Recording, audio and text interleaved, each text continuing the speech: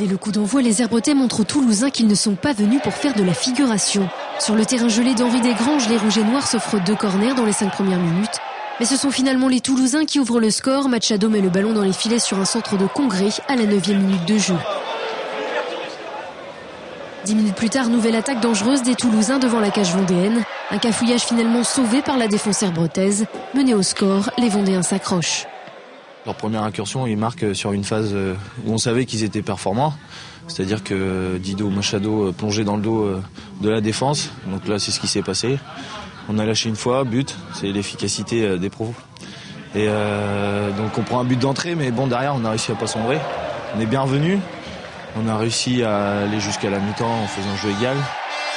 À la mi-temps, les deux équipes rejoignent les vestiaires sur le score de 1-0.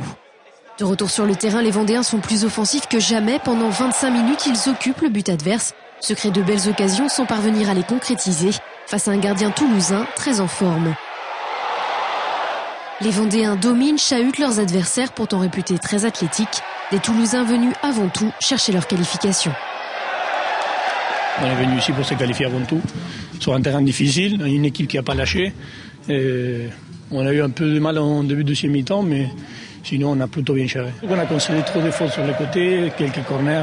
C'est à partir de là qu'ils ont pris confiance, ils nous ont posé quelques problèmes, ils se sont créés quelques occasions quand même. Je pense que c'est le seul moment où ils auraient pu égaliser. Et ce n'est pas faute d'avoir essayé, mais les Herbretais n'ont pas trouvé la faille qui leur aurait permis de mettre un but. Ils ont en tout cas montré qu'ils pouvaient rivaliser avec des joueurs professionnels en opposant à leurs adversaires un jeu de qualité jusque dans les dernières minutes. Les Vendéens, un peu déçus, ne sont pas passés loin de l'exploit. Perdre 1-0 contre une Ligue 1 avec des regrets, en ayant eu l'impression de quand même de bien les bouger. Eux, ils ne voulaient pas forcément mettre le deuxième. Ils ont essayé de gérer à la fin. Je pense que si on avait égalisé, on n'était pas cramé pour jouer les prolongations et je pense qu'on a réussi à les faire douter. Très fier de mon équipe, je suis très fier de mon coach. On a su se mettre au niveau, surtout en deuxième mi-temps. Ils ont fait une belle incursion, on l'a laissé. C'est ce qu'on paye cash contre un club de Ligue 1.